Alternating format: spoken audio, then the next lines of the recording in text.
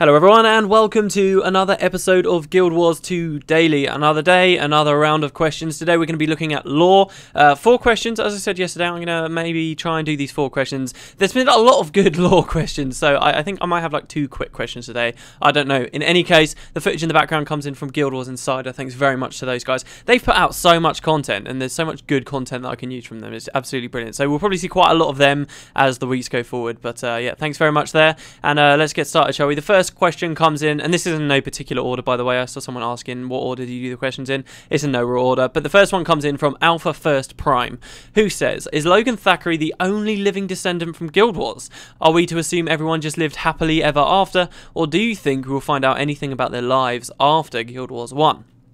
No, he's certainly not the only living descendant. There's going to be quite a few of them around there. Definitely, I think it would be a lot to assume that all these characters we met in Guild Wars 1 didn't reproduce in some way or another. We hear about some of them, in fact, some really important ones getting married. In fact, spoilers for later in Winds of Change, for anyone who's like watching me play through that at the moment. But later in Winds of Change, okay, skip forward if you don't want this spoiler, you find out that 2 of the main characters, Sin and Menlo, actually get married after a while. And of course, the only other 2 main characters we've heard of getting married were Gwen and Kieran, and of course their descendant is one of the main characters for Guild Wars 2, so I wouldn't be surprised to see that Sin and Menlo's child is going to be a big part of the game at some point. I mean, it might not be at the game's launch, but certainly in some expansions there's definitely room there. In fact, I mean, their proposal happens in Cantha. You find out that Menlo, this character we knew in Guild Wars 1, becomes essentially the new headmaster of Xingje Monastery in Cantha, so it wouldn't surprise me if then they got married there and lived out the rest of their lives there,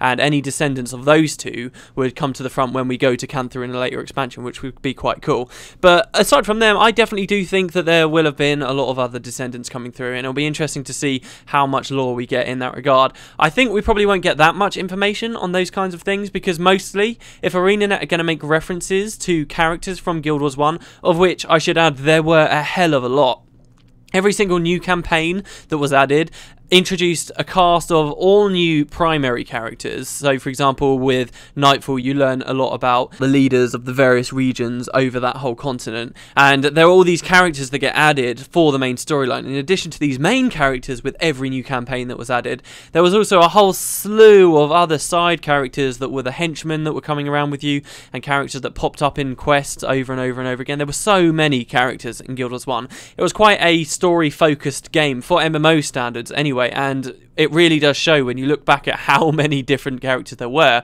that could possibly have done something that has had an effect on Tyria come 250 years time. So, but my point is, I don't think that if ArenaNet want to do homages to them, shall we say, in the second game, so that Guild Wars 1 players can look and be like, oh yeah, I remember that character, oh that's cool, it's nice to see what happened to them.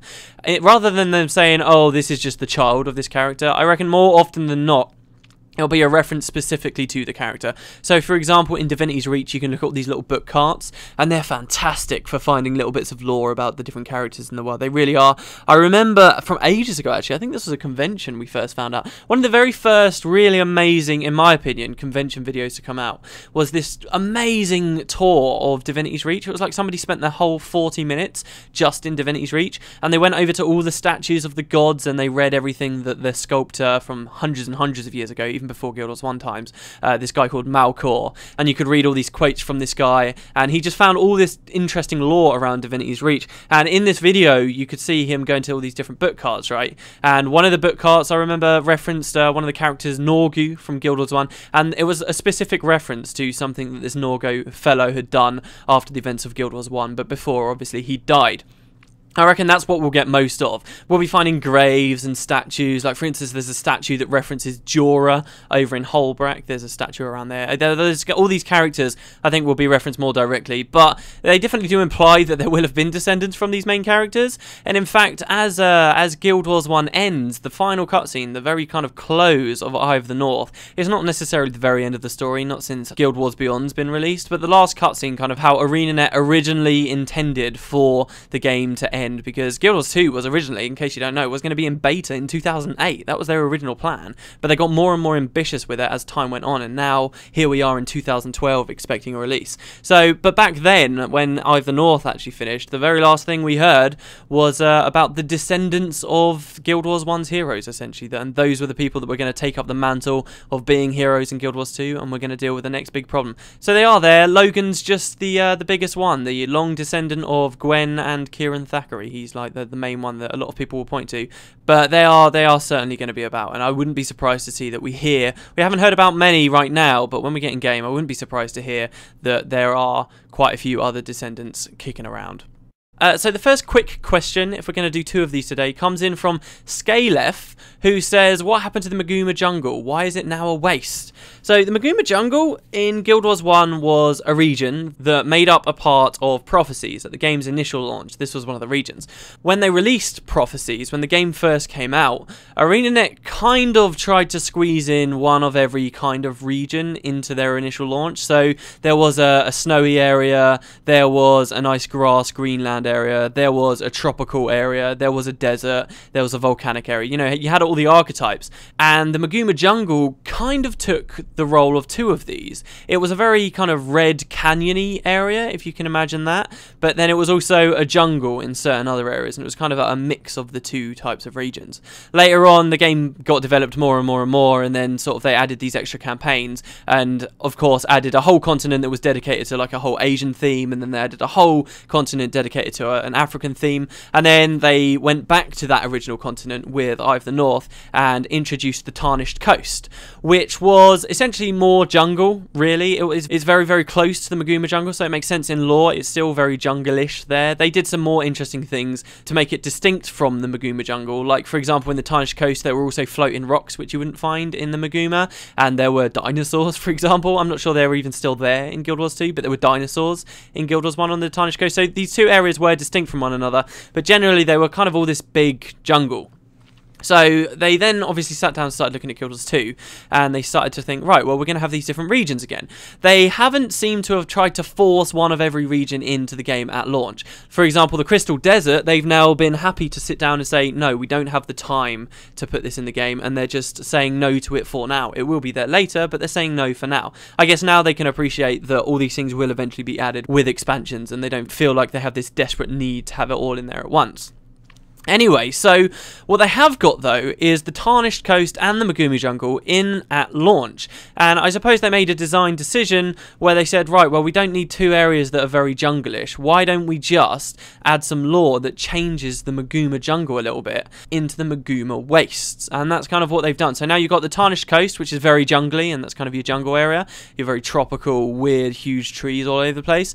And then the region next to it is now all dried up. What we knew as a jungle in Guild Wars 1 is now all those canyons, all the desertification that happened on the sort of dry tops around this jungle have now spread. And the way it was in Guild Wars 1, there were all these big chasms between the canyons, essentially, these deep areas constantly in shade. And the idea was that in there were all these very rich, tropical, jungly kind of environments. But now, over 250 years, they've all dried up as well. So all you've got is this very craggy canyon region that is now known as the Megumi Wastes. Really, that's what we know from a lore perspective. And you can go into Guild Wars 1 and look, and you can say, oh, I can see how all this arid land has spread, and you can kind of see how it happened. But they haven't really said anything specific. They didn't say in any interviews, oh, all the water dried up, and that's why now it's just become a wasteland. They didn't say that. So mostly it's going to be speculation for why this has happened. But there was one interview with Guildmag where they said that it had something to do with the Elder Dragons, as most of the changes in Tyria have been attributed to. You know, the map does look significantly different. Waterways, everything's quite different. It's all because of the dragons waking up and shaping the planet in various ways. And they haven't been specific about it at all, but they have said that really this is in some way related to the movement of an Elder Dragon. Which one? We don't know. When it happened? We don't know. But that's kind of, you can look at it from a design perspective and see why they changed the Megumi Jungle. It's just the lore isn't necessarily 100% solid right now.